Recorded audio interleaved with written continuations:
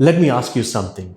Have you ever seen someone get fired over a single mistake? Or watched a team member get penalized for breaking a rule they didn't even know existed?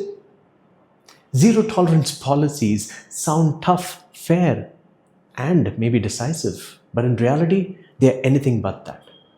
Because when you remove all room for nuance, you don't create fairness, you create fear. And fear doesn't solve problems, it hides them. So let's talk about why zero tolerance might be doing more harm than good. Now, zero tolerance policies assume that every situation is black and white, but life and leadership is lived in the gray.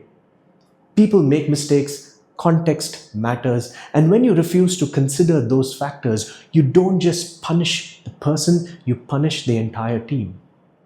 What message does it send when you prioritize rules over people?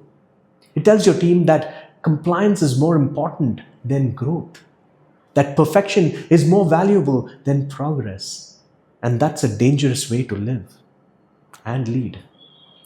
Behind every mistake is a human being, someone who's trying, learning, and growing. And when you respond to their error with rigid punishment, you don't just damage their confidence, you damage their trust in you.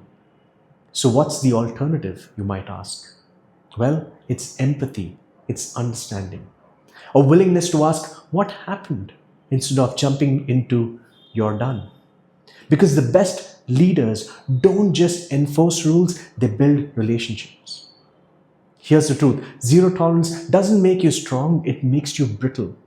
And the moment you prioritize policies over people, you lose the very thing that makes leadership meaningful, which is the ability to inspire, to guide, and to forgive. Now, leadership isn't about being right, it's about being human.